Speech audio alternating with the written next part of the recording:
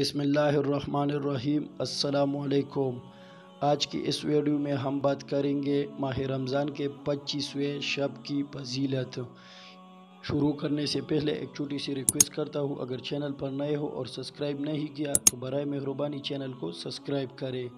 ماہ رمضان المبارک کی 25ویں شب کو 4 رکعت نماز 2 سلام کے ساتھ پڑھیے۔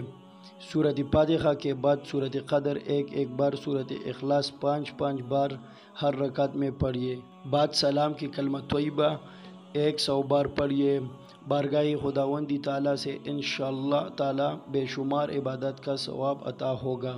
25ویں شب کو 4 رکعت نماز 2 سلام سے پڑھیے۔ ہر رکعت میں سورۃ فاتحہ 3 بار، سورۃ قدر پڑھیے اور 3 بار سورۃ اخلاص پڑھیے۔ بعد نماز کے استغفار 70 بار پڑھیے۔ ایک گناہوں کی بخشش کے لیے افضل درجہ رکھتی ہے۔ 25ویں شب کو 2 رکعت نماز نفل پڑھیے اور ہر رکعت میں بعد سورۃ فاتحہ کے 1 بار سورۃ قدر اور 15 بار سورۃ اخلاص پڑھیے۔ بعد سلام کے 70 بار کلمہ شہادت پڑھیے۔ یہ نماز عذاب قبر سے نجات کے لیے بہت افضل درجہ رکھتی ہے۔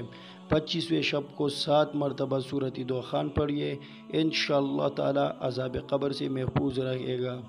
25ویں شب کو 7 مرتبہ سورۃ فاتحہ پڑھنا ہر مرد کی برابری کا باعث ہوتا ہے۔ اللہ ہم سب کو اس پر عمل عطا فرمائے اور جتنا بھی ہو سکے ثواب کی نیت سے دوسروں کو پہنچائے۔ جزاک اللہ۔